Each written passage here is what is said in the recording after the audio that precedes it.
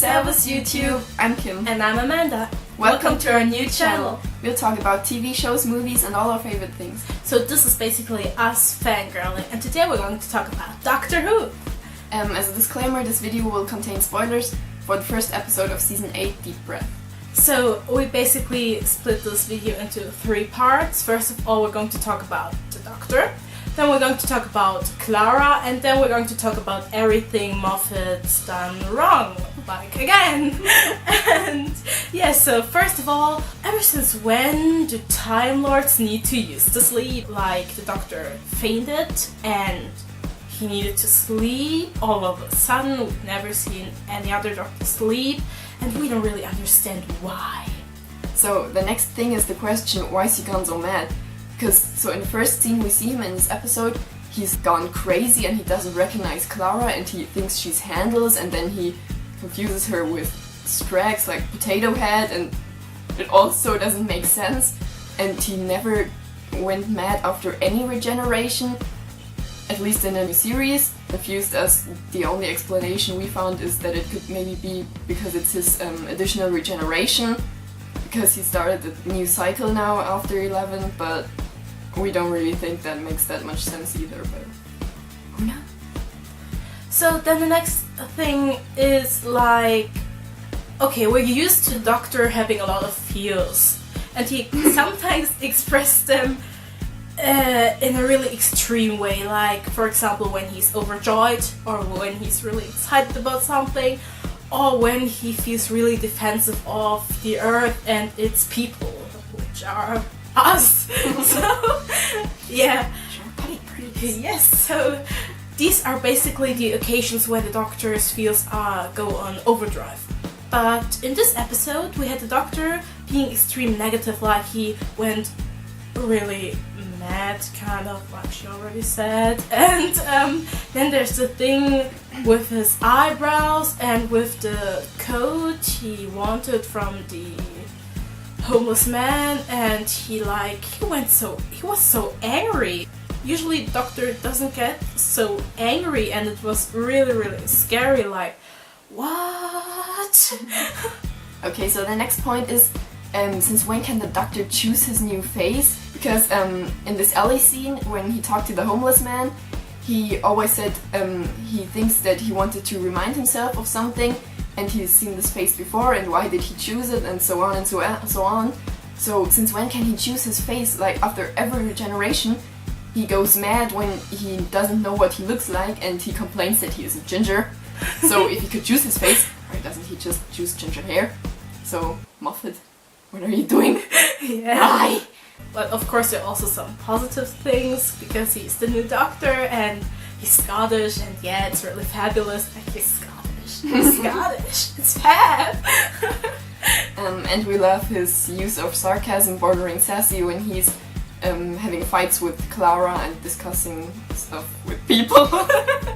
Yeah, and yeah, his new outfit is really cool. It's really cool. We love it. Okay, so the last point about the Doctor that we found really confusing was in the last scene after 11 called Clara. Like, why did he complain that Clara didn't recognize him? Like, for the first, I don't know, half hour of the episode, he was really different from his old self, and he didn't recognize Clara as Clara, and he didn't know who she was. So why should she think that he's still the same person when he's completely different? Okay, so the next part we wanted to discuss is Clara.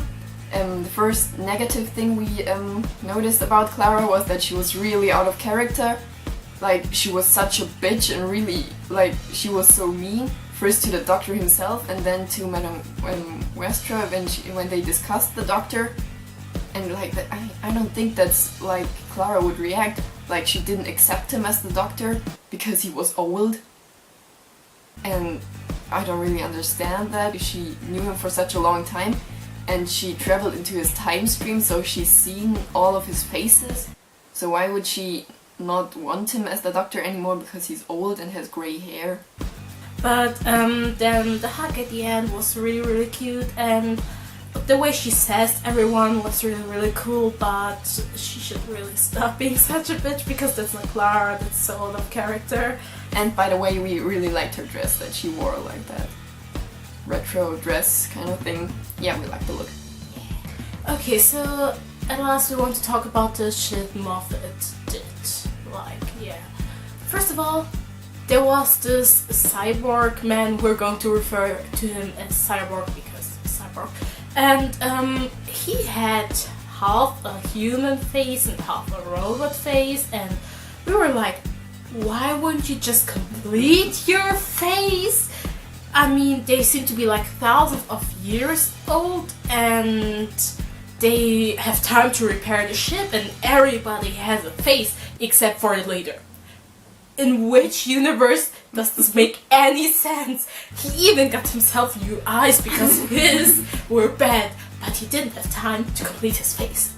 What the fuck? The next plot hole that we found was in the very beginning, when we found out that the dinosaur had swallowed the TARDIS and thereby time traveled with the TARDIS.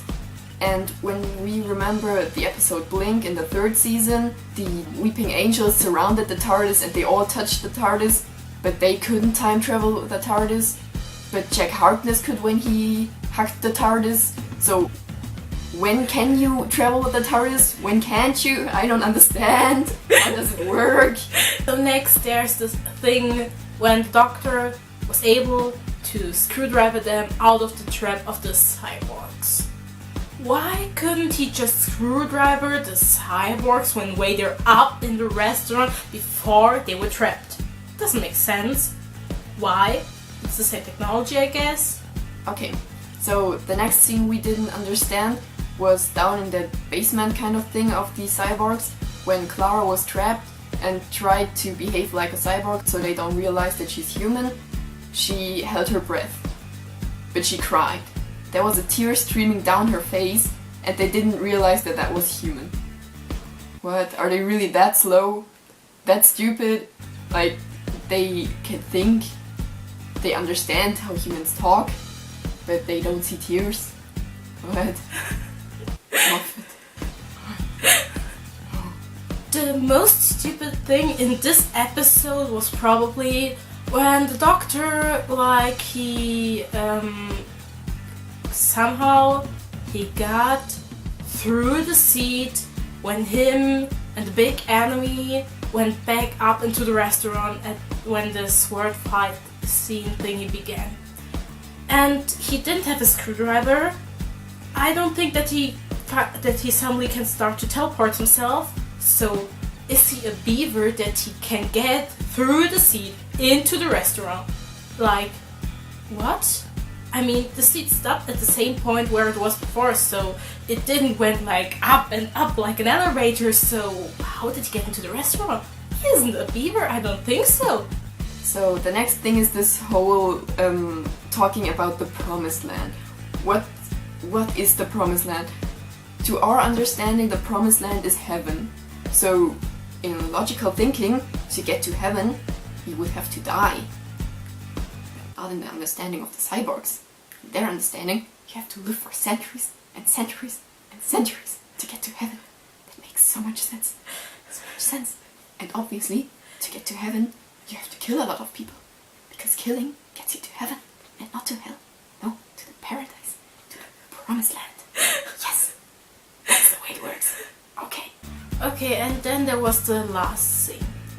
We have the cyborg and this woman in the Promised Land.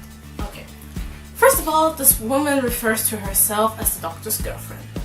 What is the Doctor's girlfriend doing in heaven, and why isn't she with him? I didn't really get it. And her name's Missy. Who is Missy? What are you doing here, Missy? We've never seen you before. Leave Missy! Yeah, because, we really want to leave you, Missy, because you cannot be the Doctor's girlfriend because he's married. He's married to River. How are you his girlfriend? Why would you refer to yourself as his girlfriend? But, yeah, apart from Missy, there was the thing with the cyborgs. Yeah, I think they're supposed to be the new great enemies of the Doctor. Like, how do they get back? Because the leader is in heaven. And without the leader, the others can't live. Obviously, we've seen that they suddenly collapse into themselves. And he's in heaven. How does he get back? Why would he want to get back if he's in heaven? If he's finally where he thinks he belongs, he's in the promised land. Why would he want to get back? And yeah, then there was this very last few seconds with Missy dancing around with her umbrella, like, what? What was this supposed to be for? What was this supposed to mean? Okay, so last thing, we want you to know that even though we criticized a lot in this episode, it was mostly Moffat's writing. We really liked the episode, we enjoyed ourselves, and we really love the new Doctor, and we're excited to see more of him. So we can't wait for next week's episode, Into the Dalek, which doesn't sound boring at all. And yeah, we'll provide you with a review afterwards. So, Geronimo!